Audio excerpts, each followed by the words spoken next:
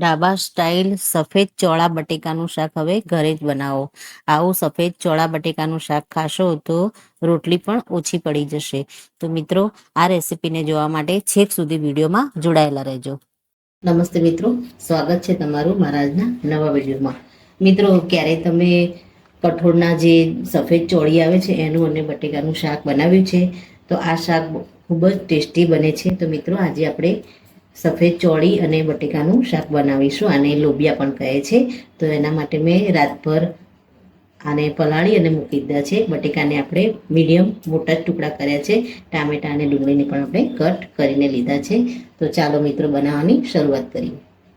મિત્રો, શાકને આપણે કુકરમાં જ બનાવીશું. આપણે ચોળીને બોઇલ નથી કરી, આપણે ડાયરેક્ટ જ બનાવીશું. આપણે સૌ પહેલાં તો તેલ લઈ લઈશું. તેલ થોડું ગરમ થાય એટલે આપણે એમાં જીરું એડ કરી દઈશું. ત્યારબાદ મીઠા લીમડાના પાન આપણે એડ કરી દઈશું. ત્યારબાદ ઝીણી સમારેલી આપણે ડુંગળી એડ કરીશું.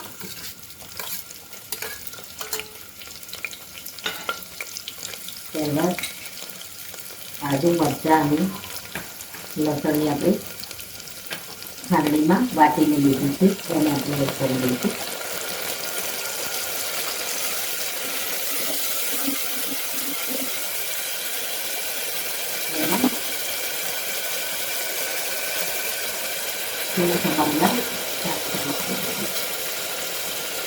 એમાં 2 ટામેટા લીધા છે.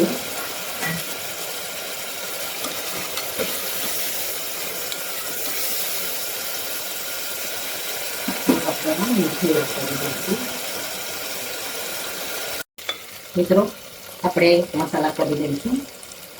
આપણે કસૂરી મેથી થોડી ક્રશ કરી અને એડ કરી દઈશું. મીઠું આપણે લઈ લઈશું. ત્યારબાદ પાવડર એડ કરી દઈશું.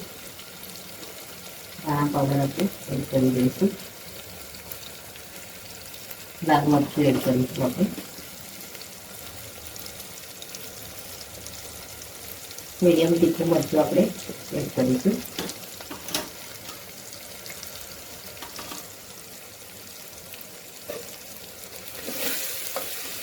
આપણે મસાલાને ચલાવી દઈશું. સરસ એવી ડુંગળી અને ટામેટા વળી ગયા છે. અને આપણે સફેદ ચોળાને જે પલાળીને રાખ્યા છે એને આપણે એડ કરી દઈશું.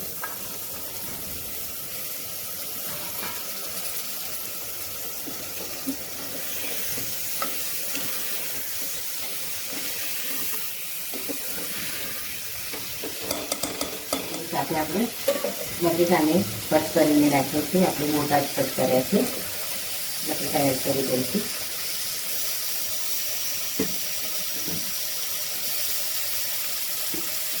જરૂર પૂરતું પાણી પછી એડ કરીશું. પહેલાં આપણે સારી રીતે ચલાવી લઈએ. જરૂર પૂરતું પાણી એડ કરીને આપણે 4 થી 5 સીટી આવે ત્યાં સુધી આપણે શાકને થવા દઈશું.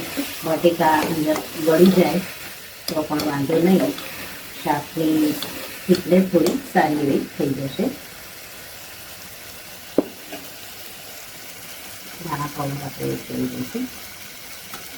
ગરમ મસાલો લીધો છે એને એડ કરી દઈશું.